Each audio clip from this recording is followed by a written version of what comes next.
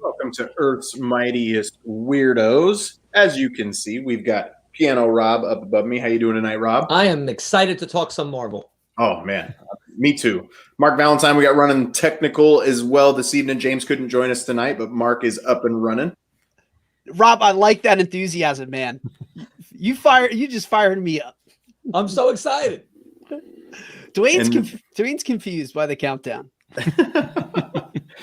Duane, are you confused by anything else or everything else is going okay? Man, I am. Huh? I'm trying to. That's a different Duane. Yeah. That's a different Duane. That is my mistake. See that? Yeah, no, man, I'm fired up. I'm ready to go. I'm super excited for all the upcoming Marvel shows, movies, you name it. I'm looking forward to it. Some of it I have some knowledge on, some not at all, which I'm excited to maybe learn some more. Perfect. Well, that's what we're here for. We got Esther's here. Duane, the other Duane, is here. Justin Grant is here. Facebook user is here. Facebook user, if you're showing up as that in the comments right above, just go to the StreamYard link and give them permission to be able to let us know who you are so we know who we're talking to.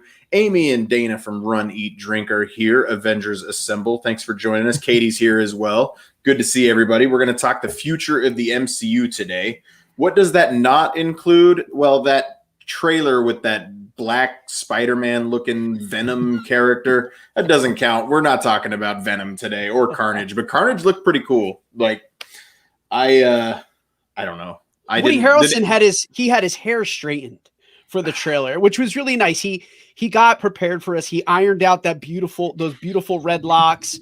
He got a little straightener in. He got a little feedback from the teaser at the end of Venom that people said, hey, the hair, Ronald you got to do a little look. Yeah, you got to do a little something to look a little less like Ronald McDonald. So he came prepared for us. So did anybody like Venom? Did everybody see the first Venom? I saw the first. I actually thought the first one was pretty good. Okay. Yeah, I did too. I saw it. I saw it. That's all I'm going to say too. I came in with extremely low expectations, so I mean, I think that's why I enjoyed it because I didn't expect much. Yeah, that's fair. All right, gentlemen. Well, let's get into it. Let's talk the future of the MCU. We've got a lot to talk about, so let's get into it. First and foremost, very first change that even happened since we recorded just last Monday night. Loki is our first Disney Plus series. There's the man himself. It's our next Disney Plus series.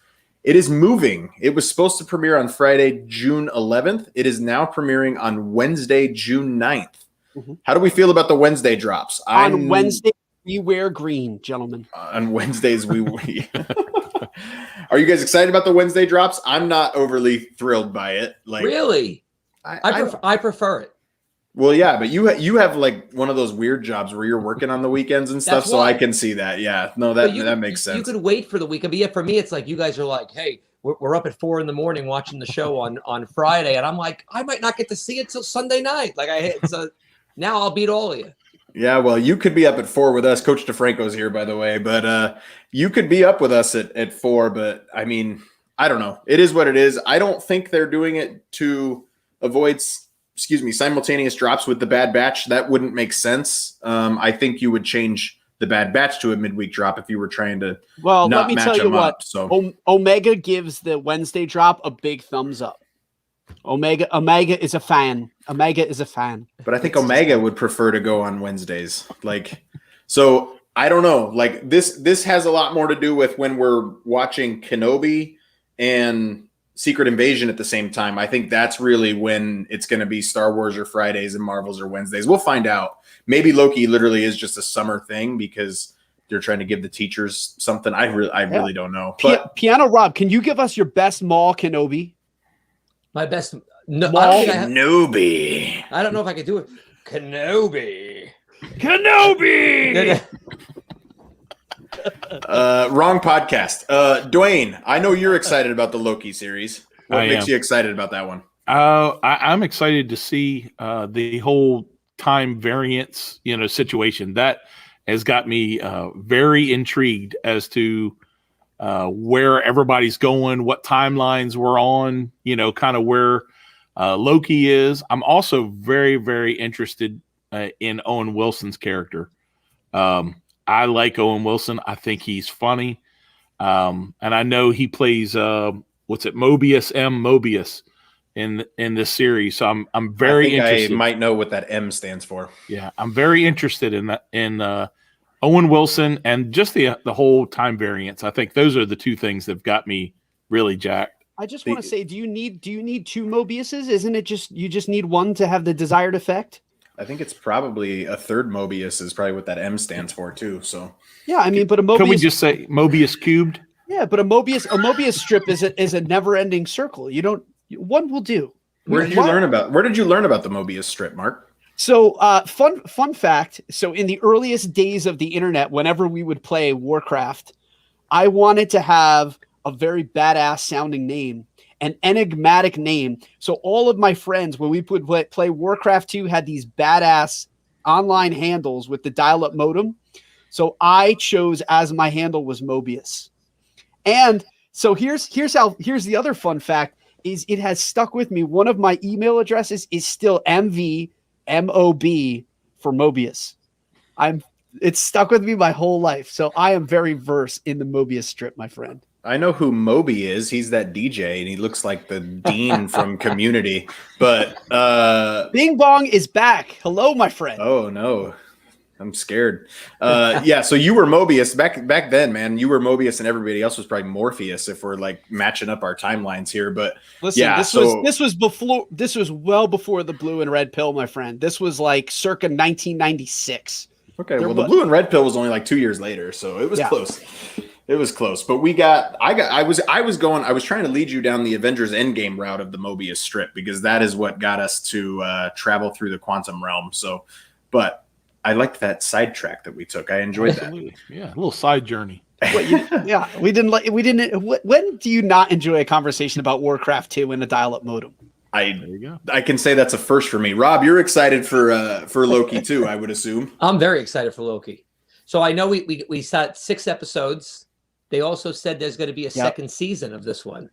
Unofficially, but yes, I think. Yeah. So, no, I think it seems to be a done deal.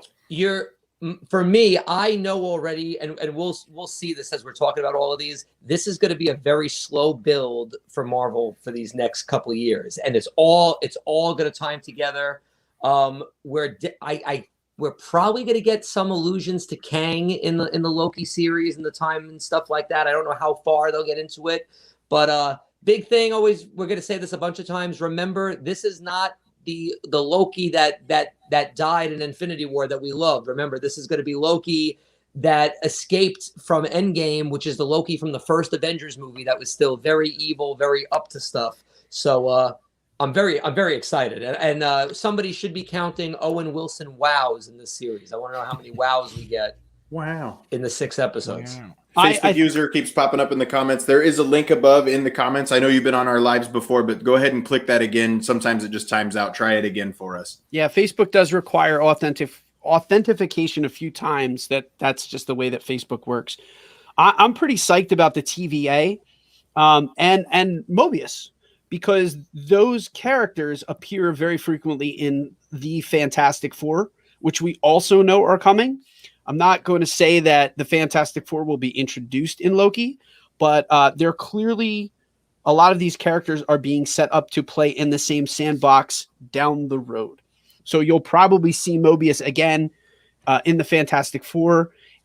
That's where he comes from in the comics. As a fun fact, he appeared in the Fantastic Four Annual 24 back in 1991. So that was his first real major appearance. And then he's also frequently seen with the X-Men. There's no Professor X bet this time, Brian, but again, I think they're just setting all of these things up to play with later on. Yeah, you learned your lesson. Maybe Mephisto will show up though. It cost me a WandaVision pin. That was it. Yeah, that's true. I love that pin too. Loki is fun, but not like Wanda, says Bing Bong. I love Wanda. I love Wanda so much. So not surprising that Mark is not wearing his Peter Pan outfit. Do you prefer the Peter Pan outfit? I don't. Yeah. I was going to say, Esther might. Yeah. Should I have the Peter Pan outfit on? Maybe a Loki outfit. Yeah. I need to see you on the Loki count drinking game. That sounds scary. Maybe the Loki horns there for you, Mark. Reindeer games. All right, perfect. Well, Rob covered that for me. I wanted to, remember that this is Loki after Avengers 1. Tom Hiddleston, the man has range, so I'm excited to see what we can do. Just a month later, July 9th, this could be another reason why Loki's moving to Wednesdays, is they're avoiding Fridays, because July 9th, we are getting a Disney Plus premiere access and theatrical release of Black Widow. There's the 2 new posters that dropped today. Oh, man. We also had posters for David Harbour and O.T. Fagbenle, and a really cool poster with Taskmaster with no actor across the top, of course. I'm going to put it out there. Do not be surprised if Taskmaster is more than one person. Okay. I think that Taskmaster is Hawkeye. That's my guess. Is that really? I think that Taskmaster is Hawkeye. I think that's the pass that I think we're going to get the connection between the two of them. Yep. I'm going out. Black Widow takes place between Civil War and Infinity War, so he was on house arrest during that time. Well, that's why I listen. I know this is out there. I know this is crazy. I think that's why he's masked up. I think that's why he's incognito. Unless they're going to take a crazy left turn from the comics, I don't think so. Taskmaster's a very reusable character if they choose to reuse him, that's the thing I am personally most excited about in Black Widow is seeing Taskmaster on screen. That's going to be great. And another return of Contessa Valentina Allegra de Fontaine. She should be in that film as well. Mark, I will buy you 5 WandaVision pins if Hawkeye is Taskmaster. That would be amazing. That's not near as airmailed as the power broker being Sharon Carter, so I'll give you that. But Black Widow, it's been a long time coming. We were supposed to see it last May. By the way, this last Friday was supposed to be opening. It was the original opening night of Doctor Strange in the Multiverse of Madness. Can you believe how just different everything is than it was originally laid out? It makes me sad. I know, right? But we've got a whole lot more coming. But Black Widow. Premiere access, $30 Disney Plus. You will be able to pre-order that. It is not up yet. We've still got 2 full months to go. They're going to start hitting the marketing pretty hard over the next couple of weeks, so pay attention to that. But Black Widow's next. Duane, anything about Black Widow that you're looking forward to?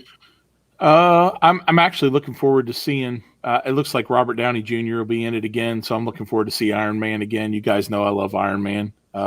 So I think he's going to have a little small role. Yelena Belova, interested in seeing some of those different things. You know, she's played by Florence Pugh, and she's rumored to be in the Hawkeye series. She's potentially our new Black Widow, since, spoiler alert, Scarlett Johansson's no longer around. Yeah, so that I would say those 2 things are probably, other than the obvious, just seeing her origins and some of those things like that. There would be the 2 things that jumped out at me. I'm excited to see David Harbour, most famously known as Hopper in Stranger Things, to see him as the Red Guardian. I want to see it's going to work. It's going to get me out of the house. It's going to get me to a movie theater. I need to see that Skyfall scene on a big screen. So it's going to work for me. After that, our next release is going to be Marvel Studios' What If?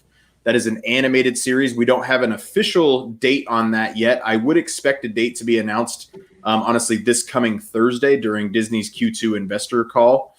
They like to break news on release dates. I would expect that. I think that's likely. Even Miss Marvel potentially could be announced during the the quarterly earnings call this Thursday. I don't want to call it an investor call, because the last time we had one of those, we got news galore.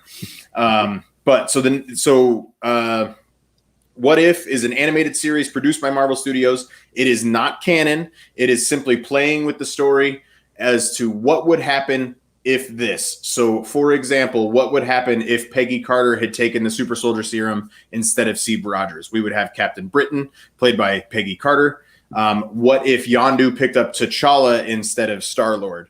And we're going to get Chadwick Boseman's voice as T'Challa being Star-Lord. We're just going to get all these different kinds of things going on. I'm actually really excited about this series and to see what they can come up with. Mark, what about you? So this is really neat. I'm excited for it. It's the first animated series that's being produced by Marvel Studios. Jeffrey Wright is probably what I am most excited about with this project. Those people who don't know who Jeffrey Wright is, Jeffrey Wright stars as the Watcher on What If, but he narrates the series. And most people know Jeffrey Wright from Westworld, from Boardwalk Empire, and from the Hunger Games franchise. I think he is not only is he an amazing actor, but his voice is it's iconic. So I'm really excited to see him sign on for that project. Jeffrey Wright is probably the most excited thing for me. I hope he's been cast as a live action Watcher as well. I hope we see that at some point. We've seen the Watchers in Guardians Volume 2 already, so we know they exist. Duane, are you excited about this one? You know, I am, just because it's Marvel. To be honest with you, don't know a lot about it. It's one of the ones that, you know, maybe I hadn't done as much research on, just because of the fact that it's animated. Marc and I have had this conversation even about some of the Star Wars episodes that are animated.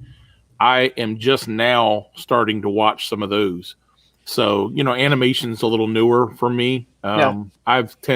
Have always tended to be more live action. See, but I just got into this discussion with a gentleman the other night who was telling me, so he will not watch the Clone Wars or the Bad Batch. Very separate, but similar topic. But he loves the prequels. So I said, wait a minute, whoa, hold up. The prequels are like 96% animated, and you're telling me you can't watch the Clone Wars, but you can watch the prequels? Like, almost the entire thing is computer generated, save for the actors who are standing in front of a green screen with like one or two live action elements. The whole thing is an animated show. And even the battle sequences, by the time you get to Revenge of the Sith, they're all animated. So I feel like constantly, and to connect this to What If, people, they just hate on animation. Sometimes though, they don't give it a chance, just thinking, oh, it's a cartoon. But some of the best writing and story is done in animation, because you're not limited by a live action actor. You can have them do crazy feats of strength and acrobatics, and you're not taken out of the moment because you're like, oh, he's on a wire, or, you know, he's not bound by gravity or by the laws of physics. That's what really excites me about What If, is you can see these characters in their ultimate power without being limited by what a camera can do. Go ahead, Rob. I'm sorry. Let me say this real quick. That being said, I don't want you to think that I'm definitely going to watch, and I'm definitely interested. Animation for me is something that I have started to delve into that I hadn't in the past. So it's new to me, but I'm looking forward to it. Yeah, you are. That comment wasn't for you as much as the gentleman that I was in the conversation with. Like, I'm so proud of you. Like, that Duane really has. He was like, you know, I slept on the cartoons because I just never thought that they would be for like me.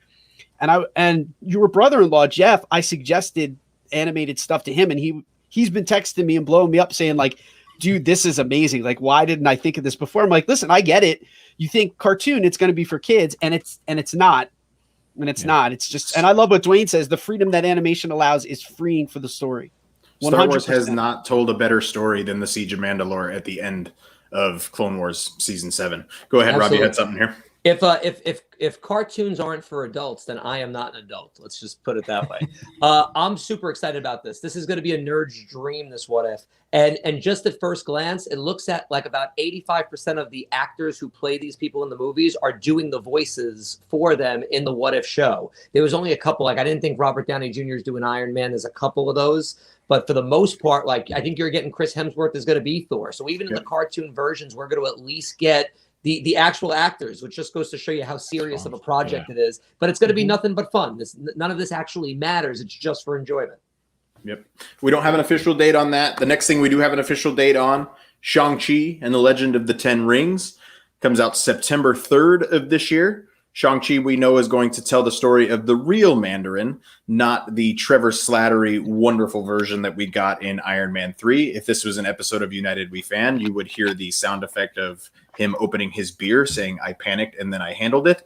But we know that Shang Chi is, from the trailers, he's got martial arts powers in an MCU world. Awkwafina plays his friend, as far as we know.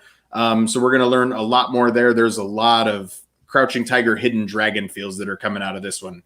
Marc, how do you feel about Shang-Chi? Anything you're looking forward to there? Well, I said this on the earlier episode when we talked about the trailer. I'm really excited to see how a character like Shang Chi folds into the greater narrative. I'm wondering if he's going to play a major role in Phase 4. If the elements of this film are really going to play a larger role, given that we know that there's a lot of cosmic elements to Phase 4. I'm curious to see how he folds in. Again, Shang-Chi historically, when I take a look at these series, I always try to take a look of like where they could potentially go. But Shang-Chi is another one that his sandbox is more of like Daredevil. He's more on a real grounded level in that he kind of pals around with Defenders more than he does, and X-Men more than he does some of the other characters that are coming into the story. So I'm just really curious to see where he's going to fit in. But we talk about this constantly. It's Marvel, so I'm all in. It's the same thing with Star Wars. I'll never complain about getting more Marvel or getting more Star Wars. I'm excited. I know nothing about Shang-Chi, though. I know next to nothing about him. We're going to get MCU connections. We know that. But I really think this story is going to kind of stand on its own, like we got a lot in Phase 1 of not a ton of interconnectedness. But I don't know. I mean, the Mandarin obviously is a gigantic MCU connection. Rob, I know we've talked about this already. We've seen the trailer. You didn't know much about Shang-Chi before that, but you've gotten a little bit more since then. Are you excited? I'm very excited. I'm very curious to see how it's interwoven. The things I do know about Shang-Chi from the comics, without giving away too much, like he does end up in places like Madripoor. I know he fights in Kunlun, which is a very popular place for you Iron Fist fans. So I expect that type of martial arts stuff. But the great thing, and this is what I think they're building towards, you're going to hear me probably say this a lot, and a bunch of us, we're getting to that secret invasion. He was written into the Secret Wars, so I'm very curious how he's going to play into that, how Marvel's going to work that. Look up. We all know who Skrulls are. But he's definitely going to work into that secret invasion storyline, and I'm so curious to see how that's going to all play out next year. Yeah, we've got Bing Bong in the comments saying, do you think they're making too many Marvel things right now? Where will we go in 10 years? That's all a good question. At this point, Coach DeFranco said it, always trust Marvel and anything Marvel. Eventually, something's got to not land with me. We haven't hit that yet. Something eventually isn't going to work. I don't look forward to that day. But I don't call it a valid criticism yet. Bryan, out of curiosity, was there anything that came dangerously close to not hitting with you? Ooh, I like that. Fairly recently, actually, my lowest rewatches in the MCU are Ant-Man and the Wasp and Captain Marvel. Okay. So, and it has nothing to do with anything other than I don't know. Like, I still would very much rather watch Ant-Man and the Wasp than many things, but when you compare it to the rest of the MCU, I don't watch it near as much. Do you think Captain Marvel would have landed better if it had been made earlier in the sequence of events? Because I felt like it was introduced very late in the game to really get into it. I know why they introduced it when they did. It was easier to explain her absence of 30 years. But that being said, Captain Marvel was very much a victim of too high expectations for me. And I think it was that for a lot of people as I went into that movie theater that night expecting clues to what you trust for Dark World. So, yeah, I don't watch Thor the Dark World much either. I mean, point to Bing Bong there. But and the Incredible Hulk, I don't care for that one either. But overall, I mean, but we'll see. I don't know. But Duane, Shang-Chi, are you pretty excited about that as well? Yeah, I'm looking forward to the martial arts part of it. I like that kind of action, the fighting. I don't know much about it at all. I'm also interested to see how Awkwafina works out, being in the MCU, because I think she's a good team. She's interesting to me. She's gonna be the Luis of that franchise. Yeah, that would be all right. I love Luis. I know. I love Luis. That's my other criticism of Ant-Man and the Wasp. Like, Luis should have been in the giant suit at the end, like fooling fooling Jimmy Woo. Like it just would have been better. They're very smart though. The reason they released both those movies when they did, I think they knew they would be underperforming, but they performed just fine because you need to know that story to get to those bigger Avenger movies. Like it's all very, very calculated. Captain Marvel did $1.1 billion. Like because that you had movie, to see it. Yeah. You had to see it. They're very, very smart with the way they make you see it. It's genius. Yep, it is very smart. Well, speaking of Captain Marvel, the next thing we're going to get is Miss Marvel. That is the MCU debut of Kamala Khan. If you've been watching Earth's Mightiest Weirdos since we began in the WandaVision times, I really expected her to show up as part of a mass event that had happened with Wanda. That did not happen, so we still don't know how she gets her powers. Is she a mutant? Is she an Inhuman like she is in the comics? She did not make her MCU debut, her comic debut until 2014. So Kamala Khan is a Pakistani American. Iman Vellani is a Canadian actress from Toronto that they cast in this role. From what we've seen very briefly in the trailer, she's got that wry smile. She's got that side eye look, very teenagery, very, very convincing. I'm extremely excited about this. Rob, I think you played the Marvel Avengers PlayStation game, right? I did. They do a great origin story of Kamala Khan in that movie, in that game. I don't know if they're going to use the same one. I love this character. I think everybody's going to love this character. And another common theme you're going to hear us say a lot in a lot of these Disney Plus shows and a couple of the movies, they're purposely putting in characters to introduce a new character so that character's ready to go for the movie. So whatever movie that character has to star in, you're going to very much get the Kamala Khan origin story in this Disney Plus show, I think. If I can get a little bit into the weeds a little bit on what her comic book origin is. So she becomes an Inhuman. Inhumans was basically Marvel's answer to the mutants because they couldn't put mutants into the MCU at the time. So they were really trying to make Inhumans something. It even was a TV show that was absolutely horrendous. But they were pushing that. She became an Inhuman because of a Terrigen bomb that was created by MODOK. If they go that way, that's a lot to fit into the MCU in the next 3 months before this show appears. So I very much expect her origin to change. But she has very Mr. Fantastic ability. She can grow bigger. She can stretch. She can do all that kind of stuff.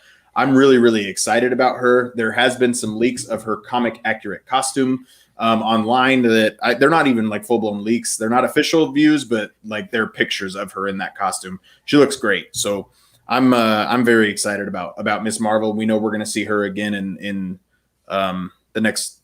That's almost guaranteed to be a season 2, and we're going to see her in the next Captain Marvel movie as well. But after that, we only know that that's in fall of 2020. That's on Disney Plus. The next thing we have is Eternals, November 5th, and that is a theatrical release. Shang-Chi is also a theatrical release. At this point, we do not know if they are premiere access or not. So you can see some of the Eternals. Let me just run through the cast list here real fast. We have Angelina Jolie. Everybody knows her. Gemma Chan making her MCU return. She was actually Minerva in Captain Marvel. She was Blue. Richard Madden from Game of Thrones and Cinderella. Kit Harington, Jon Snow from Game of Thrones, Salma Hayek, Kumail Nanjiani. Just the list goes on and on. Like this movie is going to be crazy. We don't know how they're going to fit into the MCU either. It is directed by Chloe Zhao, who just won Best Director at the Academy Awards. She also won Best Picture for Nomadland. That is on Hulu. Check it out. Duane, how about the Eternals? We got the one view of Angelina Jolie. She plays she plays Thena in this. No, I think she plays Thena in this one where you got her with the sword upside down. Looked absolutely great. Yeah, I can't wait. I'm looking forward to this big time. I don't know a whole lot about it. I just started to kind of dive into the story and learn about it. And I kind of was looking into some of it today. I like Angelina Jolie. This cast is absolutely amazing. The way the MCU has done things, the cast that they're able to bring in, the writers, the producers, to me, this looks like this could be an absolute huge blockbuster. I'm excited for it. Marc, I know you're excited for it too. So of all of the projects, this is probably the one I'm the most excited about just because of that cast. Me too. I stand hard for Game of Thrones. Even with the last season, I don't care. I am a staunch defender of Game of Thrones and gigantic fan of Kit Harington, but an even bigger fan of Richard Madden. I love Richard Madden. I can't wait to see him as Icarus. And You know, I mean, like Angelina Jolie never disappoints too. So, but I really am excited for what the Eternals are going to bring to the MCU. That, I mean, they are kind of the definition of OP. And I'm just wondering where their entry into the MCU, it's like if this were an arms race with them coming in, I think that's not only does that speak of how cool it's going to be for them, but you're going to get even bigger bads if you're bringing in that many people with that much power. I'm excited for the character of Sprite. I can't remember the actress's name that plays Sprite, but she is eternally young. She's a very young girl. She's like 12, 13 years old, and she's been that forever. The comic book origin of the Eternals is they've been around living amongst men forever. They don't age. They've seen everything happen. So the amount of things that they could have seen within MCU lore and just how are they going to explain where they've been all this time? Why didn't they help in the Battle of New York? Why didn't they help in Avengers Endgame? I'm very interested to see how they do that. Kumail Nanjiani, I love that guy. I'm really excited to see what he does. This one has the most intrigue factor for me. It maybe not be the one I'm looking forward to 100% the most. That's also coming this year. We'll talk about that here in just a minute. But just the intrigue factor of this one is on WandaVision level for me, just what it can mean. And if you've been listening to United We Fan or us, you know how much I was looking forward to WandaVision. So I'm extremely excited about it. Rob, Eternals, is this something? I mean, that shot of Angelina Jolie in that trailer was awesome. Oh, I'm very excited. I think I'm going to feel about this the way I did about Guardians. I don't know much about it, but I think I'm going to fall in love with all the characters and what they mean to the bigger pictures. They're going to, and also they mentioned celestial beings, which we haven't gotten into that much, you know, a little bit in Guardians too, with the whole ego thing. But yeah, they get their powers from the celestials. They should be around forever. It's going to be a whole new cosmic realm of what's going on in the MCU. Well, we still got 2 projects to even get us out of 2021. This is how crazy the MCU is going. Late fall 2021. So we're talking November, December timeframe. The Hawkeye series. Jeremy Renner is back as the title character of Hawkeye. Haley Steinfeld. Yes. Haley Steinfeld. I know her most from True Grit. Like that's where I was. I think that's pretty much where everybody was introduced to Haley Steinfeld. But she was in the Bumblebee movie, and I am holding on to the fact that she is Jimmy Fallon's female doppelganger. And she's in the last Pitch Perfect too. She is in the last Pitch Perfect. She's also she's in Bumblebee. She's in a lot. She's also the voice of Gwen Stacy in Spider-Man Into the Spider-Verse. She's awesome. So she's our new Kate Bishop. She's going to be the new Hawkeye. I'm very excited about her. I'm far more excited about her than I am because for me, you can take it or leave it with Jeremy Renner. You can take it or leave it with Hawkeye. I don't care much for his character. I'm super stoked about Kate Bishop and Haley Steinfeld. Go ahead, Mark. Whoa. What? You got to give him a second now. Yeah, you're taking back there. You don't like Hawkeye? No. Nope. Wow. So if he's Taskmaster, I'm going to throw something. I prefer to call him Arrow Guy. Yeah. I see. Like I like Hawkeye. I don't like Jeremy Renner in anything. Like even in Tag when he played like cool guy. Like get out of here. You're not even going to try and replace Tom Cruise in Mission Impossible, dude. Like get out of here. See now, I am a fan of Jeremy Renner. I don't like that weird whatever musical project that he has going on. Like that's a bit much. But like I don't like it. Like the Bruce Willis crazy musical project. I don't like that either. But I like him. I like Jeremy Renner, and I enjoyed the Revenge of Bruno, right? It's like the Revenge of Bruno or whatever. I like Jeremy Renner in Endgame. I thought that. He was fine in Endgame. He was fine in like they gave him a good story in Endgame. I'll give you that. That character arc was pretty BA, man. That was BA Baracus. I was all in. I like Ronan better than I do Hawkeye. What about you, Duane? How do you feel on Hawkeye? Hawkeye, I can take or leave Hawkeye as well. He was best. I agree in Endgame. I'm actually more interested in her character and if she takes over that role. Haley Steinfeld's. I'm way more interested in her. Yeah. Jeff Sorry, says Jeff. Bruce Willis's CD was great. That's awesome. Yeah. Coach DeFranco says he's a bigger fan of Paul Rudd and Ant-Man than Jeremy Renner and Hawkeye. Well, yeah, that's Wow. not even do you disagree with, like, I don't disagree does with that. anybody? Yeah, No. like, I think we No, all no, prefer Paul Rudd.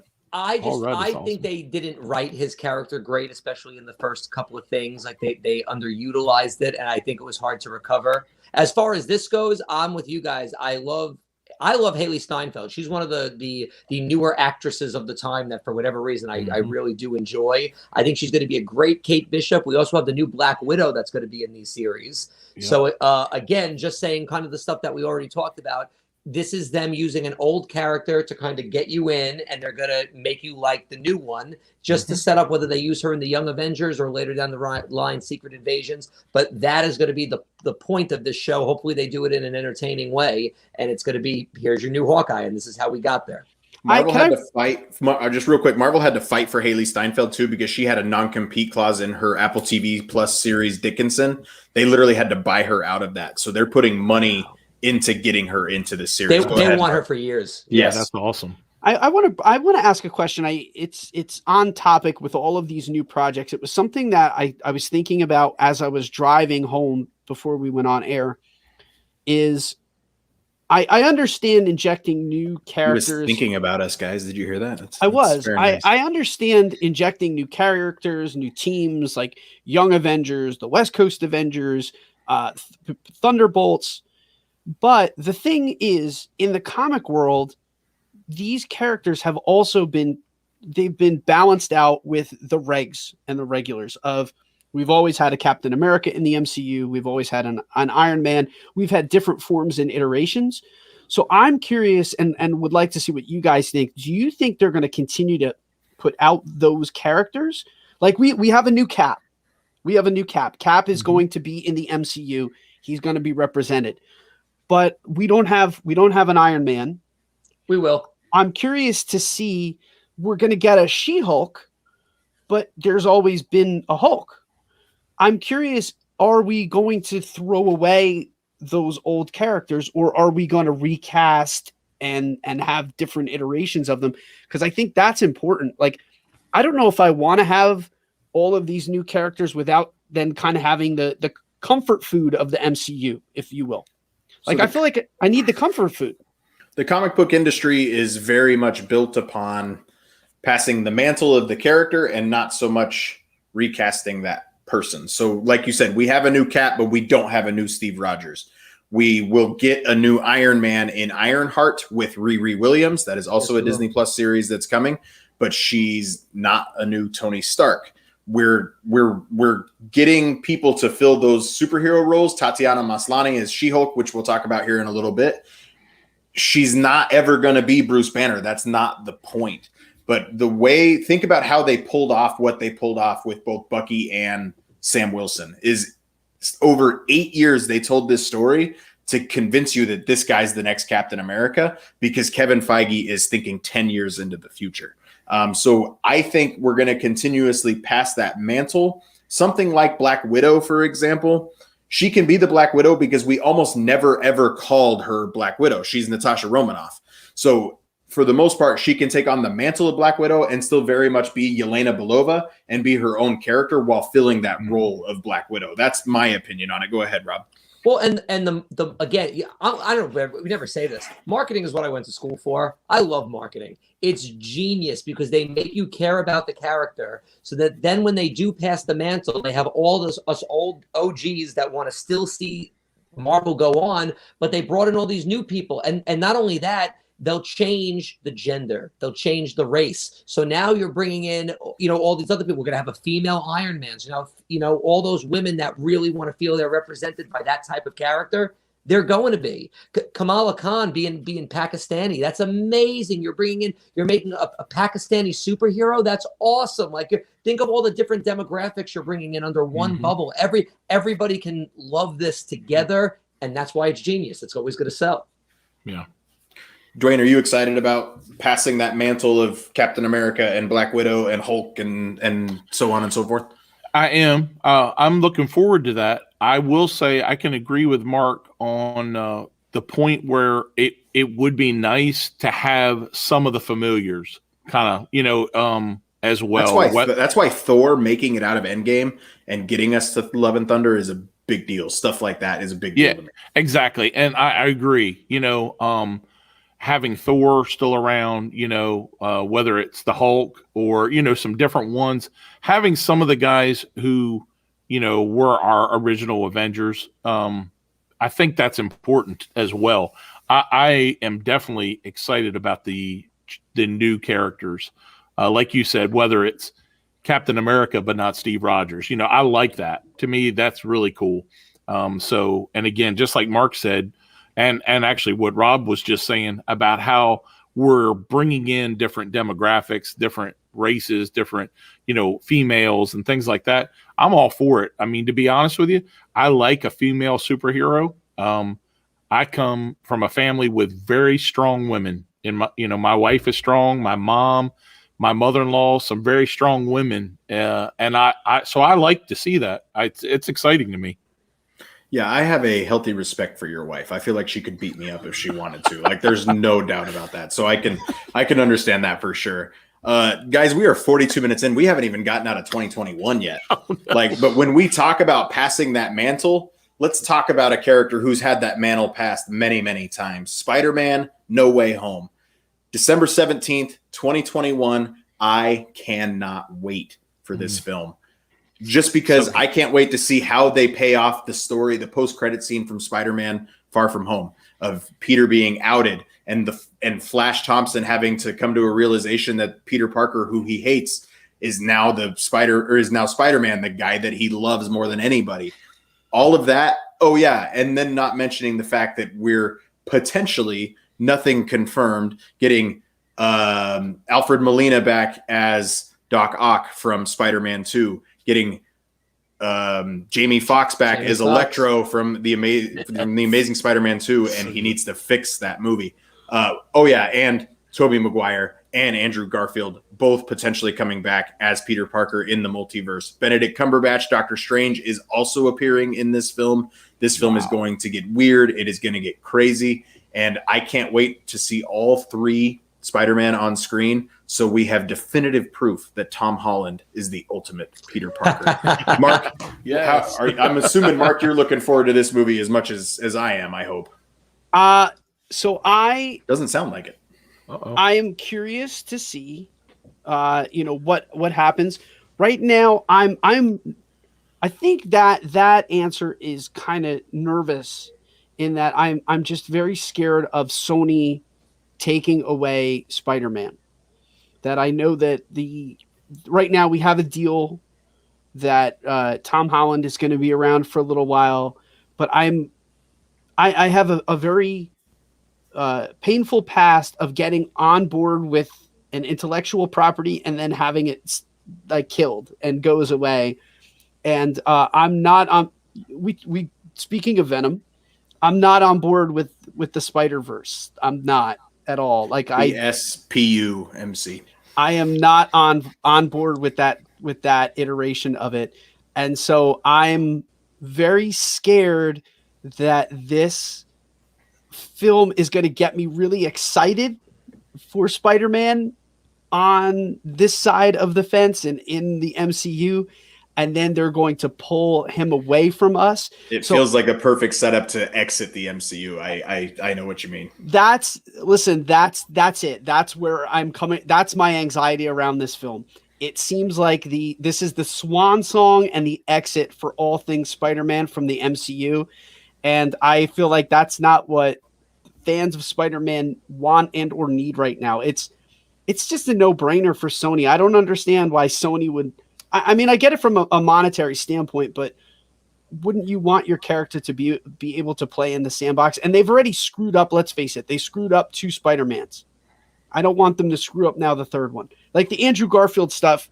Sorry, Sony, but that was terrible. Like the first one was not that bad, but the second Amazing Spider-Man was really awful. Like it's unwatchable. I can't go back and watch it.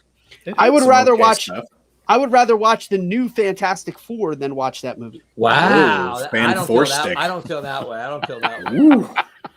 That's how much I hate that second movie with Andrew Garfield. I hate it. Like, I'm not excited about Jamie Foxx's Electro coming back because I hate that movie so much. Put that man in the hands of Kevin Feige. I am stoked to the ability that Jamie Foxx has. Jamie Foxx, I'm with you. I share that anxiety, but Marvel and Disney are playing so nice right now. Like, oh, give it to me.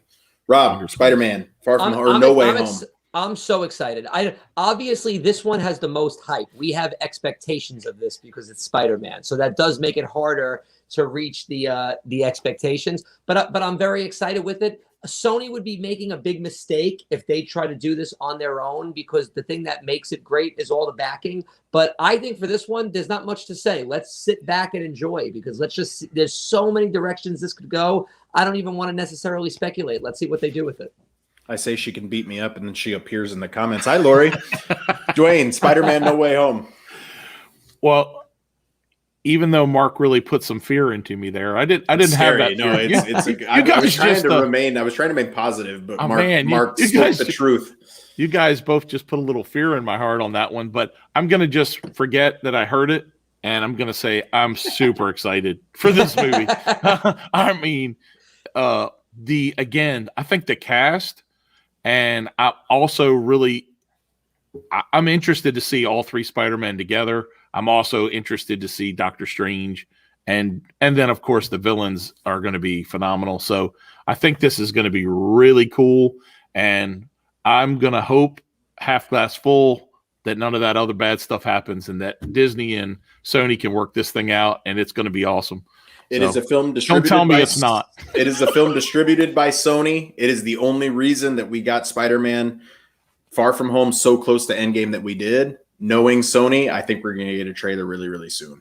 Mm-hmm. I don't know how much they're going to keep the multiverse stuff under wraps. I'm very, very interested in that. Let's move on to 2022. Wait. Yep, go ahead. I just want to temper my negativity. Duane, I want to stay positive here. For all of the negative vibes that I have about Sony potentially taking it, I am really excited for this moment.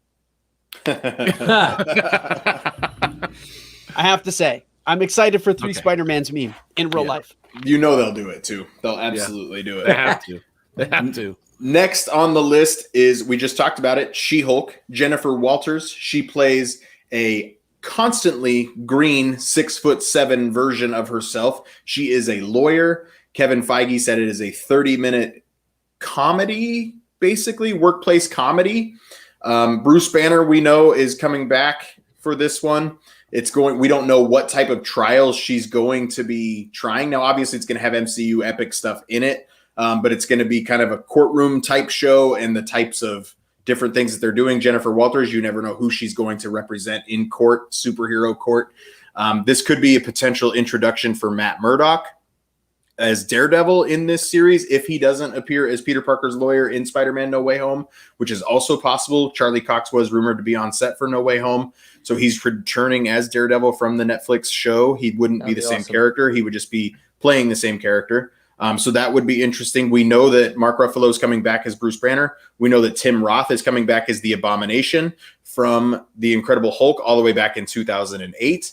Tatiana Maslany is playing Jennifer Walters, the title character of She-Hulk. She's most famous from her role in Orphan Black. I know her best as the Doctors Without Borders doctor, Nadia, from those couple of episodes when she was dating Tom Haverford on Parks and Rec. That's what I know her best from.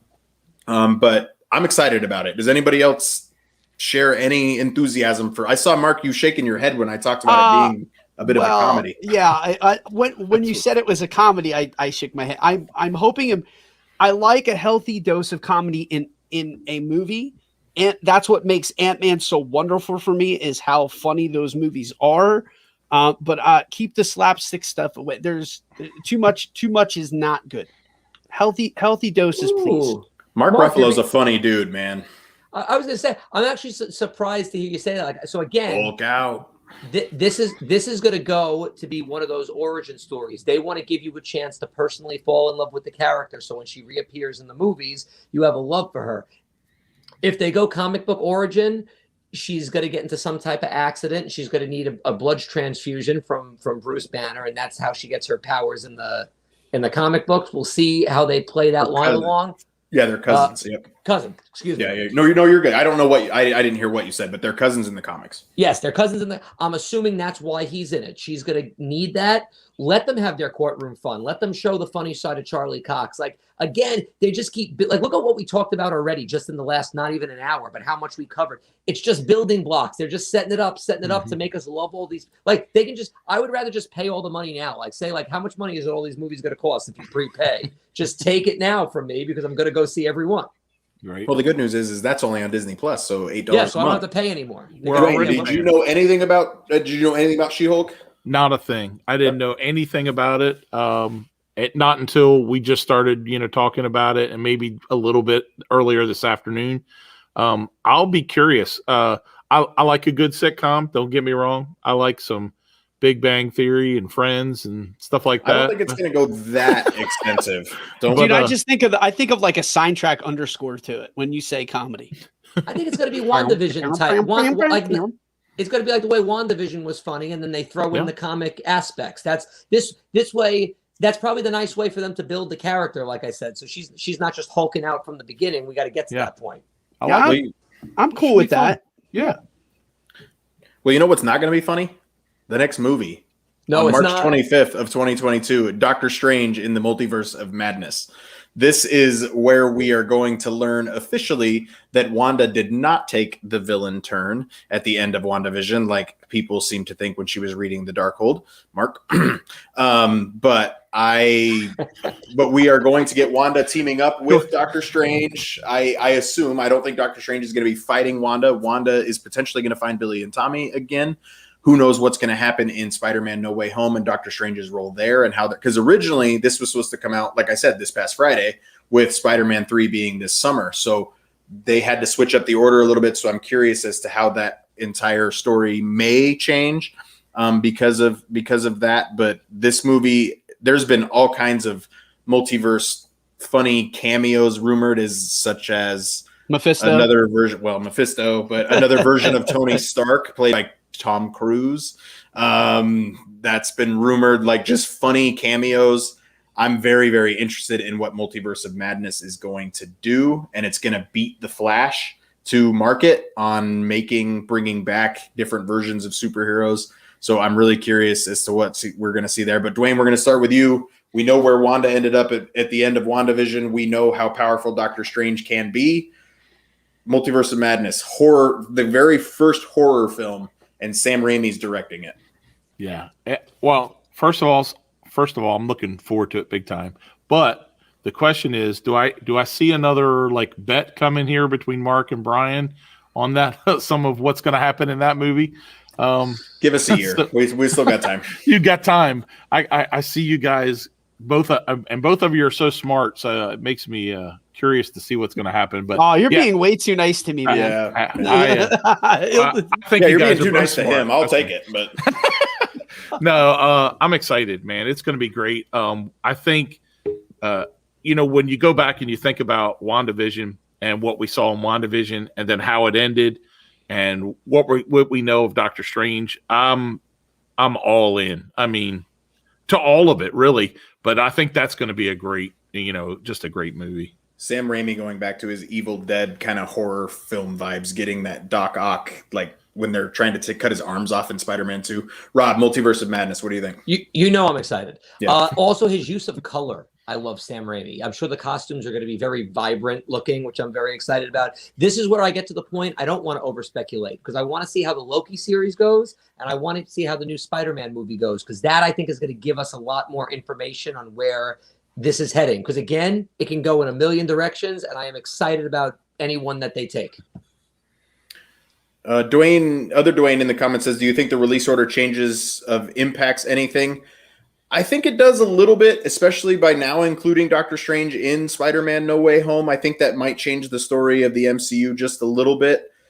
For the most part, you could go back and, especially like Phase 1, Phase 2, you could watch those movies for the most part in any order. Like you could watch Thor before Iron Man, and it just really wouldn't matter. Sometimes some things happen where you need to watch it first, but for the most part, we can interchange these projects. We could have watched Falcon and Winter Soldier before WandaVision. It would have made no difference. So I don't think the entire MCU is going to be completely different, but I think there's going to be some different changes. is it Alicia? I think is how you pronounce it. Says, do you have any recommendations for someone to watch? Alessia, probably. Alessia, perfect. To watch WandaVision, Falcon Winter Soldier without Disney Plus, not an option legally. That's all I will say there. That's Disney's plan is they want it all on Disney Plus. But Mark, I want to give you go ahead. Well, to Alessia's point, Alessia, to take something from another ABC show, which is Who Wants to Be a Millionaire, you can phone a friend. I think you can get illegal copies in Madripoor. Yes, you can phone a friend. If you have a great friend that has a Disney Plus account, just get really friendly with them. I just picture the weasel from Zootopia selling copies of it in Madripoor. For the record, I am that weasel. Yeah, I believe that. Mark Valentine, we're going to move on to you. When we're not going to laugh at Multiverse of Madness, we will absolutely laugh at Taika Waititi's directed Thor: Love and Thunder, the return of Jane Foster, played by Natalie Portman. The return of Korg for sure. I cannot wait for that. Valkyrie is also in this film, played by Tessa Thompson. Mark, Thor: Love and Thunder. So outside of the Eternals, this is May 6th of 2022. I apologize. Yeah, no. So outside, so the Eternals would get my vote for being the movie that I'm just most excited about because I just think that movie with that cast is going to be incredible. So this movie would probably be like a very close second in that if it I'm on board for Taika Waititi. Ragnarok is. On any given day, I can vote that as my favorite movie to watch. It's probably my favorite movie to watch on replay. I love Korg. Really excited to see Tessa Thompson come back. Bryan, we're getting Lady Sif is coming back in this movie as well. So, the Warriors 3 they're done. No. One of them moved on to Storybrooke and Once Upon a Time, and then the rest are just gone. Well, they did. But the Lady Sif was smart enough to get out of, I don't know how she did, was obviously not in Asgard when it's Asgard, not Asgard. When Kate Blanchett comes Asperg, whatever. Comes and knocking. Hey, listen, tomato, Asgard, it's all good. Asgard was destroyed, and now Asgard is in the middle of like Norway somewhere. Yeah. All right, fair. You plant your flag in that, right? So they took a giant sword and they stuck it right in the Asgard, and it blew it up. In Jason Aaron's The Mighty Thor comic book run, Jane Foster has cancer, and she gains the powers of Thor in a manner in which I can't tell you because I can't remember. But she literally, every time she uses the powers of Thor, her cancer accelerates. She literally is killing herself to save people. Natalie Portman has given many hints that cancer is very much going to be at the center of this story. How the MCU is going to be able to do that and how real that's going to feel just 2 months ahead of Black Panther Wakanda Forever. And with what Chadwick Boseman died of cancer, that's going to be extremely powerful stuff. I do expect this to be the last time Jane Foster appears in the MCU, but watching Natalie Portman wield Mjolnir on stage at Comic-Con just a couple years ago and watching her, what she's going to do in this film is super exciting. You punched me in the gut too when you said that. You know, that storyline coming out 2 months prior to Wakanda Forever is just going to be like very sobering to say the least. Matt just said, I heard she's doing a whole new workout, Natalie Portman, specifically for this role. Yes, Matt, go online and look at the leaked pictures from the set. She is jacked up. She is like jacked for this role. Even more than Padme Amidala. It's so exciting to see what Taika can do here. Duane, I think you're excited about this one. Oh yeah. Just all of it. The way, like Mark was saying, Ragnarok's one of my favorites as well. So just that whole vibe. And then Natalie Portman coming back, which I'm really looking forward to.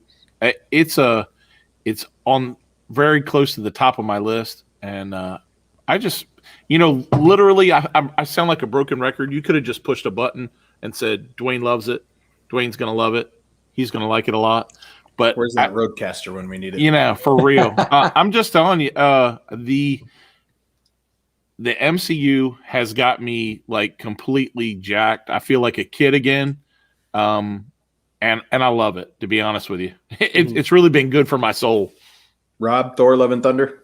Love it. I don't think anybody said it. I believe we're getting Star-Lord in this movie too. I believe Chris. We're Pratt. getting all the Guardians, Yeah. probably. Oh, we're definitely getting all Star of the Lord, but Guardians. I think they're going to have to drop Thor off somewhere. So Yeah, it might just be a quick thing. I am going to tell you one fear I have. I know it's rumored that Chris Hemsworth may have his contract through Guardians 3, but I know that wasn't confirmed anymore.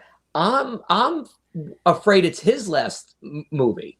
Because I mean, let's be honest. The villain is Gore the God Butcher, played by Christian Bale. Yep. Which when Christian Bale does a role, So I am, as much as I know there's going to be comedy aspects, that's the one thing I fear. Nobody's officially said that, I think, in any way.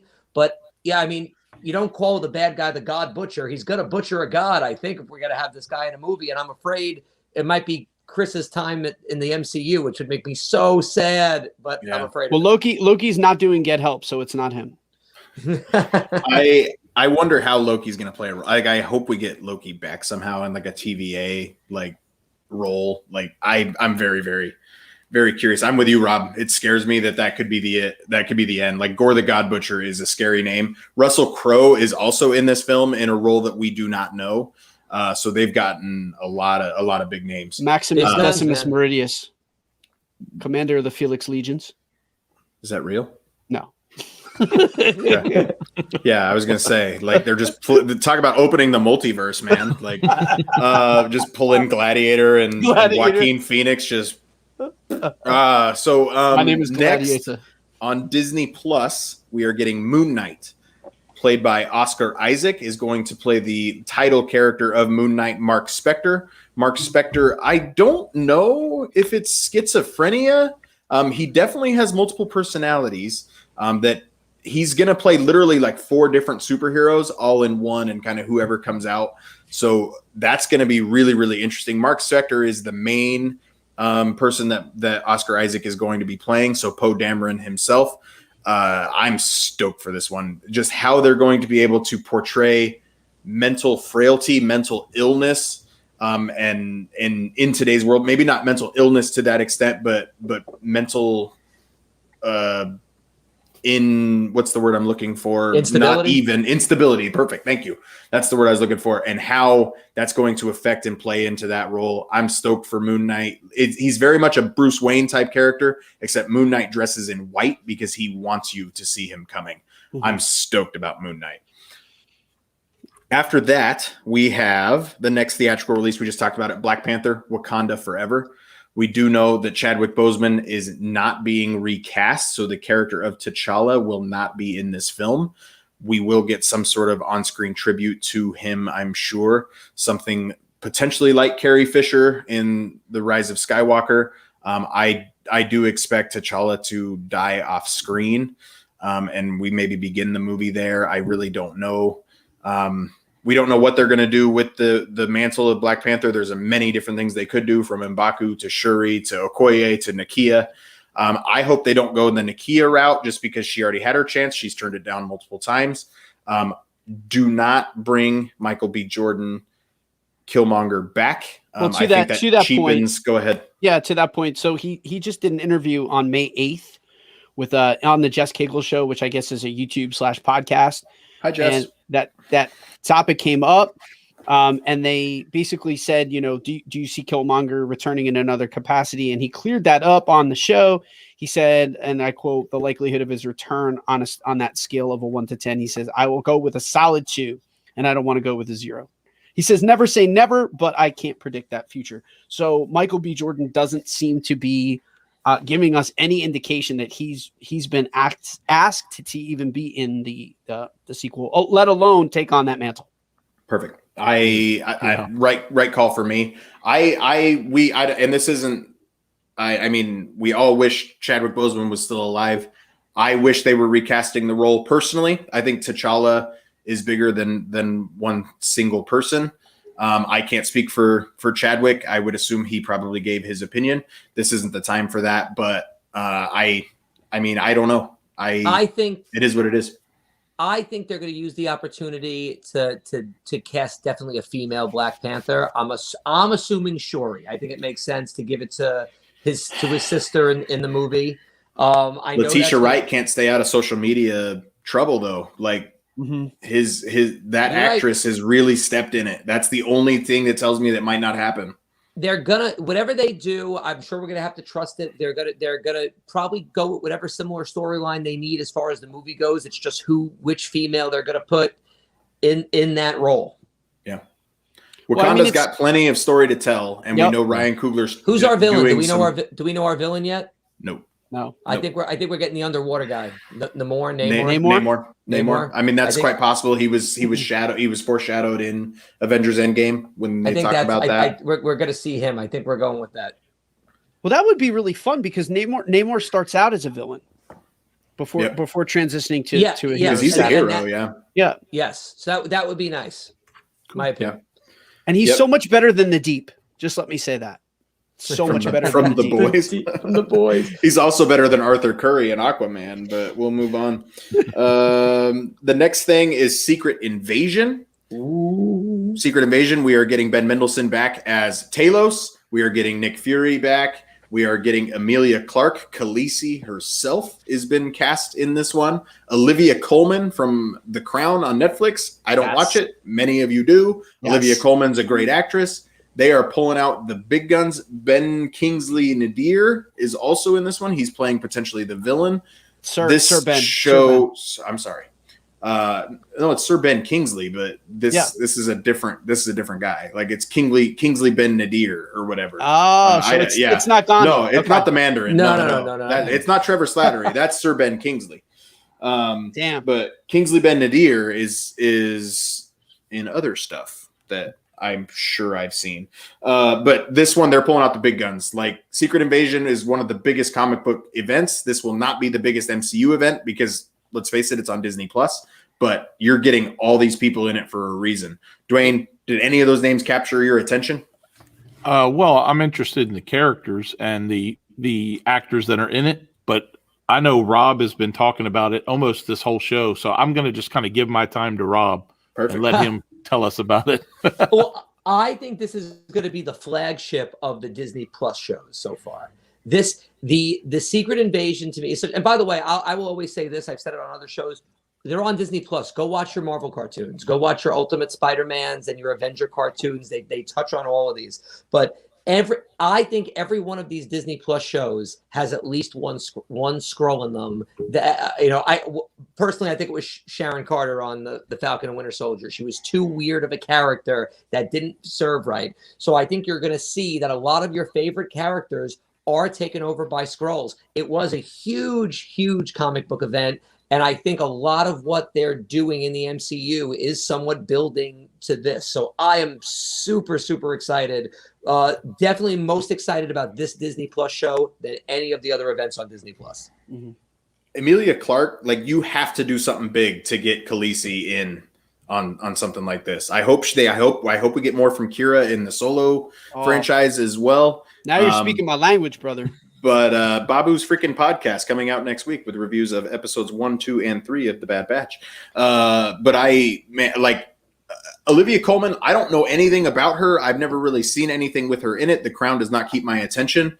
But Marc, you're stoked about Olivia Colman. Like, why should I be excited about this? Dude, well, the Crown is so I'm boring. No. So I was just gonna say, like, right. I'm a weird dude, and I listen. You can The make fun of Crown me or again. Bridgerton? No, but I was just gonna say, you guys can make fun of me again for liking Bridgerton. Which but do you like better? I taught history for 15 years, so like that's a part of me that like I'm always a sucker for an entertaining version of historical drama, and that movie or that show ticks all the boxes for me. Like it's royalty is fascinating to me. The British gentry, the British aristocracy is something that fascinates me, having traveled to Great Britain to see how ingrained that element is in their social their social upbringing, that they are fascinated with the royals on a level that we cannot comprehend. Americans are pretty into the royalty, but in Britain, the stuff that's going on right now is just downright scandalous. And that show does a really good job at tackling the life of a very interesting monarch. that it's really great to me. But Emilia Clarke is she's the real taker for me in this show. I love her in Game of Thrones. I need more of her in the Star Wars universe as Kira. Like Disney, if you're watching us, if you tune in for even 30 seconds, let it be for this 30 seconds. Please, please, please give us more Kira in the Star Wars universe. If you don't want to give us Solo, that's fine, but I want to see more Crimson Dawn. I want to see more Kira, and I want to see a live action Darth Maul. Please. God, please. Babu's freaking podcast next week. All right, gentlemen, let's move on. We are nearing the end of the show. Thank you, everybody, for hanging in with us. There's so much MCU going on. The Marvels, November 11th, 2022. Previously known as Captain Marvel 2, it is now known as The Marvels. The logo is awesome because you have the Carol Danvers star in the background. You have Photon's logo in the A, and you have Ms. Marvel's scarf, lightning bolt S. It is a movie about the Marvels. Photon or Spectrum, they never officially confirmed it. We believe it to be Photon. Captain Marvel, Ms. Marvel. It is directed by Nia DaCosta, who is most recently directed the, I believe it's Slender Man. No. Is it Slender Man? I apologize, but I think that's it.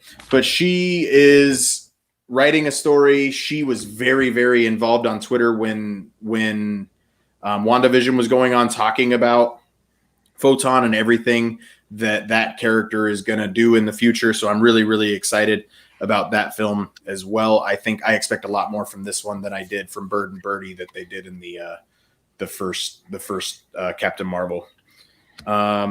Next after that, go ahead. I was going to say, I do feel a little bit bad that we are not going to get Brie Larson's not really getting a second outing to kind of fix some of the ills of the first film. What are you talking about? She's getting a second outing. Well, yeah, but it seems she's like still the main character of this film. I feel like, yeah, I don't know. There's been maybe this is just me living on TikTok a little bit more because the sentiment on TikTok is that they're kind of giving in and caving to fan service. If fans didn't like Captain Marvel, so this is the way that they're caving to it by kind of taking away her movie. So let me get this straight. They cave by having her share the light with a Pakistani American teenager and a African-American woman. Well, just character that she was not loved. And Kamala Khan is huge right now. Like, I don't know enough about Kamala Khan, but like she's big. Like she's beloved in of Marvel fans. So that it's kind of like from that angle of, hey, let's get rid of a character that we don't like. Okay, so not just that whole movement, but that character specifically. I see what you're saying now. Yeah, I apologize. I thought you were talking about the entire movement around Shazam and no, sorry about that. Okay. Sorry about that. Go ahead. I think again though, they're just it's marketing. Instead of just focusing on the lead, like you just said though, like the lead white woman. Now they can make it, look how many other demographics they just brought in. Now it's about 3 women, totally different demographics, girl power. Everything about it from a marketing standpoint makes perfect sense. It's not going to change the movie. It just changed the title. Matt, you said you're curious of my take on this one. Let me know in the comments what one you're talking about. But we just talked about Carol Danvers for like 3 minutes, and we never got the Carol Danvers quote from the bottom corner over there. Hey there, Peter Parker. There we go. That's better. Got something for you. Rob stands up. Go ahead, Duane. I was just going to say, for me in that movie, I'm interested to see where the whole Monica Rambeau, where she goes. That character, that's got me excited. Awesome. She's so awesome. I love her. So sorry, Mark, I wasn't trying to drag you into that. I was misunderstanding what the argument was. So that's my fault. I'm sorry about that. One of the best things about Disney Plus is what it's actually not Guardians of the Galaxy Volume 3, but it's Guardians of the Galaxy the Holiday Special that they are going to be filming along with Guardians of the Galaxy Volume 3. It was retweeted by none other than Mark Hamill, who said he had a bad feeling about this. And we are getting Mark Hamill is going to be in this film. Whether that also means Mark Hamill is going to be in Guardians of the Galaxy Volume 3 as the creator of Rocket. That's been rumored for a long time. James Gunn has a very healthy respect for Mark Hamill. I very much expect Mark Hamill to show up in Guardians of the Galaxy holiday special. Mark, you're beating yourself up because you had the wrong logo. Is that what you're doing down there? You look disappointed. No, listen. Again, I'm a Star Wars guy. The one mistake that the Star Wars universe has made is that damned Christmas special. Poor Harrison Ford was on. I can't remember what talk show it was, but he had like PTSD from it. That they made a mistake. Other than Boba Fett making the appearance on the Christmas special, it was pretty. Do you really think that this is going to be a mistake, though? Yeah, like, there's no way the Guardian screws this up. Yeah, I do. I think it's gonna be a mistake. Yes, I do. It's funny. You're usually really, really positive, and there's a couple. I am. I don't know, man. I don't know.